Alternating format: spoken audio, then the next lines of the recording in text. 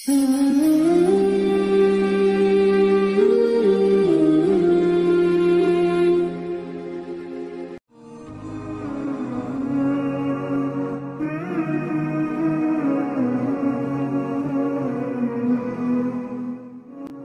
কি এবং এর গুরুত্ব কি? মুহররম হচ্ছে ইসলাম ধর্মের বর্ষপঞ্জির প্রথম মাস।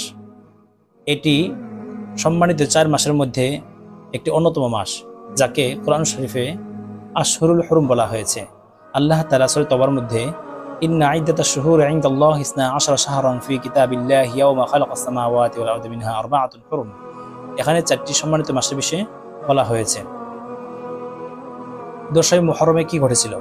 10ই মুহররমে ইসলাম ধর্মের অনেক গুরুত্বপূর্ণ কিছু ঘটনা ঘটেছে।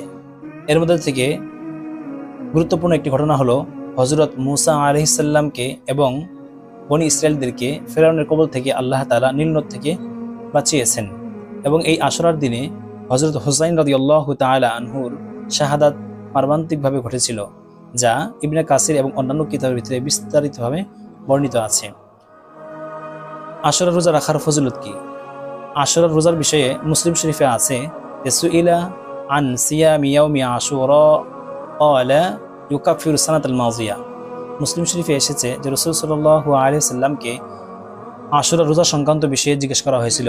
তো রাসূল সাল্লাল্লাহু আলাইহি ওয়াসাল্লাম বলেছেন যে আমি আশা করি আল্লাহ তাআলা এই রোজার মাধ্যমে গত বছরের গুনাহ ক্ষমা করে দিবেন।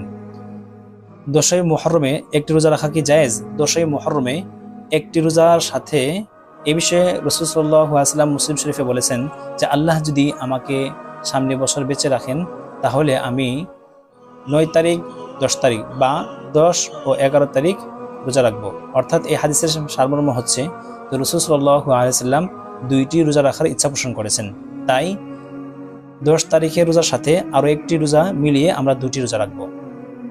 নাম্বার 5, আশুরার রাতে বিশেষ ইবাদত, খাবার বিতরণ, সুখ পালন কি প্রমাণিত আছে? আশুরার রাতে বিশেষ কোনো রান্নাবান্না, বিশেষ ইবাদত, সুখ পালন, মিছিল এগুলো কোনোটাই জায়েজ নেই। এগুলো সব বিদআত, কোনোমতেই বৈধ নয়। নাম্বার 6, আল আমিন প্রশ্ন করেছেন যে মুহররম মাসে বিবাহ করা কি জায়েজ? মুহররম মাসে বিবাহ করা বিলকুল জায়েজ। এটা কোনো সুখ পালন মাস নয় যে বিবাহ করা যাবে না বা বৈধ হবে না।